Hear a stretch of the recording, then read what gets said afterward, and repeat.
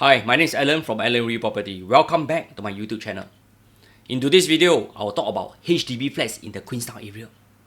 I have thought of doing this video after my recent heritage tour in Queenstown with a group of passionate volunteers.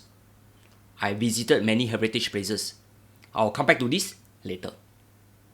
My analysis will cover broadly three types of HDB flats with different remaining lease. I'll call them the old flats, the mature flats, and MOP flats. By comparing their performance, we can achieve two objectives. Firstly, if HDB flats in Queenstown are worth buying by analysing their performance against other housing estates. Secondly, is it better to buy an older flat and wait for sales? Or should you go for the newer flat that is more expensive but has a longer runway? Here, let's dive into Queenstown.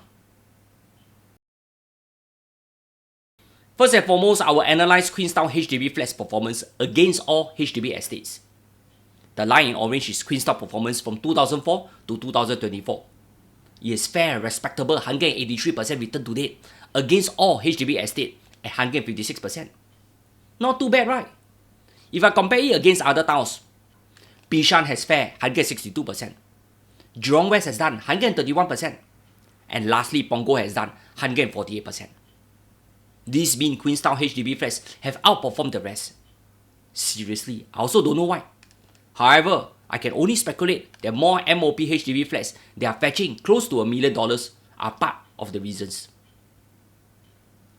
Let's look into Queenstown flats prices in details. Interestingly, back then the average PSF was only 250 per square feet. Property prices have risen over time with inflation and demand and supply consideration.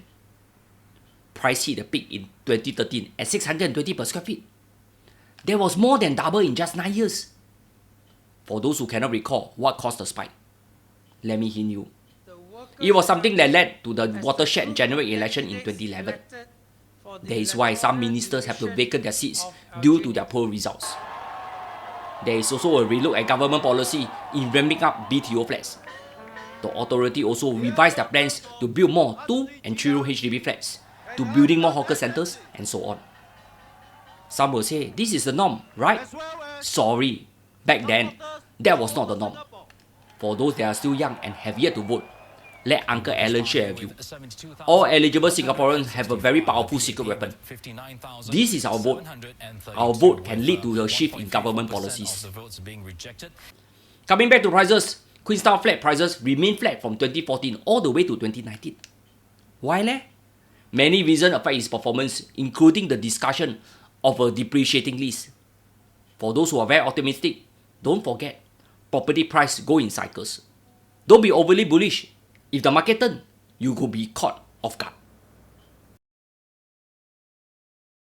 For our research, I have difficulties extracting data for HDB flats, since most of HDB publicly available data are only limited to 12 months. Hence, I will select 3 areas in Queenstown with flats with different leases. The first cluster we are going to compare is those old flats from 160 to 169, Mei Ling to Stirling Road. Most of the flats have a 99 years lease from 1970. This means most of them have a remaining lease of 44 years. They are easily 55 years old. The flats in this area are mainly 3 and 4 room flats. From the chart, we can observe that prices appreciate over time, then peak in 2013, before coming down and hitting bottom in 2020. Before COVID came to the rescue, everything chong again. However, what is constantly in most buyers' mind is, with a decaying lease, is it still worthwhile buying them? What is the upside? Sales? Will it even happen in this area? There is always speculation that this will be the next Tanglin Halt sale exercise. Seriously, I also don't know. This ultimately depends on the government of the day and the need to reuse this piece of land. However, based on recent BTO projects launched in this area, it only means one thing. HDB has a land reserve to build more BTO flats. Why bother to go into sales and subject yourself to scrutinize like the Ang Mo Kio sales project? Why not let Ver take its place instead? You come and find me, not I come and find you. Hence, don't expect a red ang pao from me. The next cluster of flats we are going to compare are the mature flats from 143 to 149 Mei Ling Street. These flats have lease start from 1995. This means they are left with 70 years and are 29 years old. The flats in this area consist of mainly 4, 5 and executive flats. Not surprisingly, the flats during this era are highly sought after for their generous space and practical design. That is why flats located from Toh Tuck to Bishan to Ang Mo Kio to Serangoon Central are highly popular with resale buyers.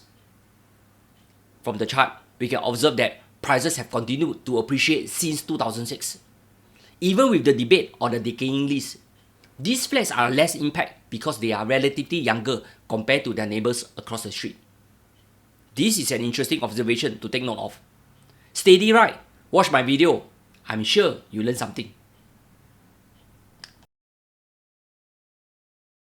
The last cluster of flats we are going to compare are these MOP flats known as Skyview at Dawson.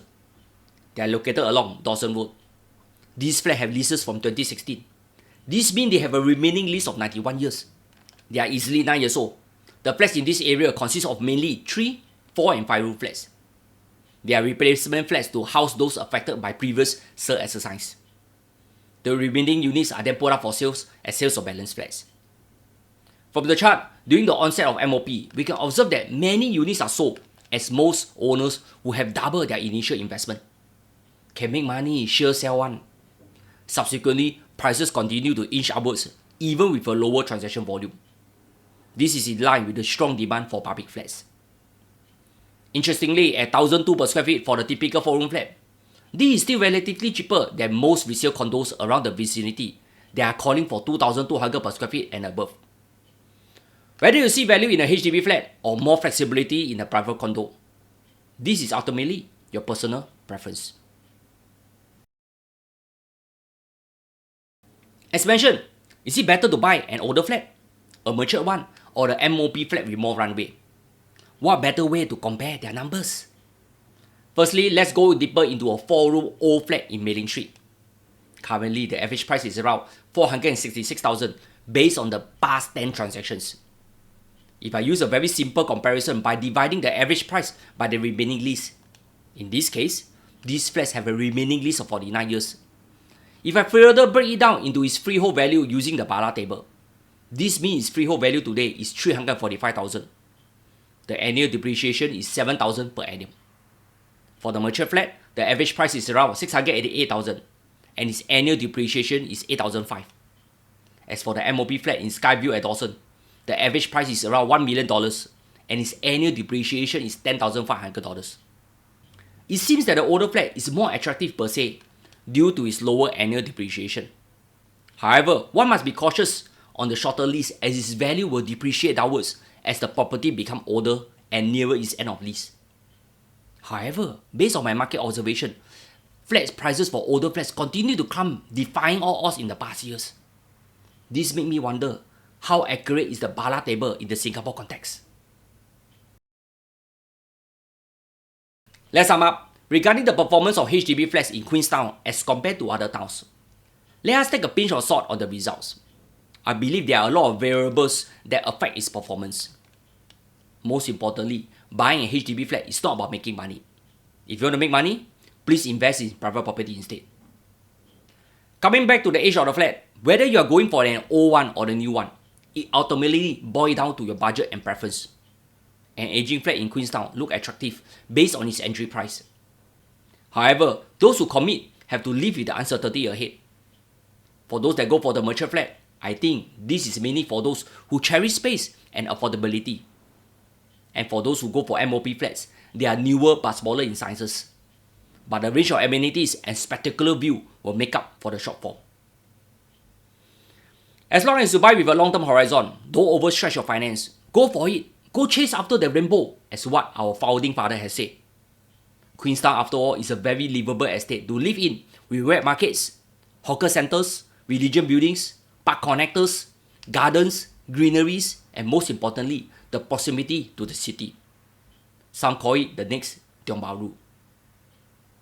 Before we end this video, let me share with you that I just attended this event, my Tanglin Hawk Heritage Tour, organized by My Community.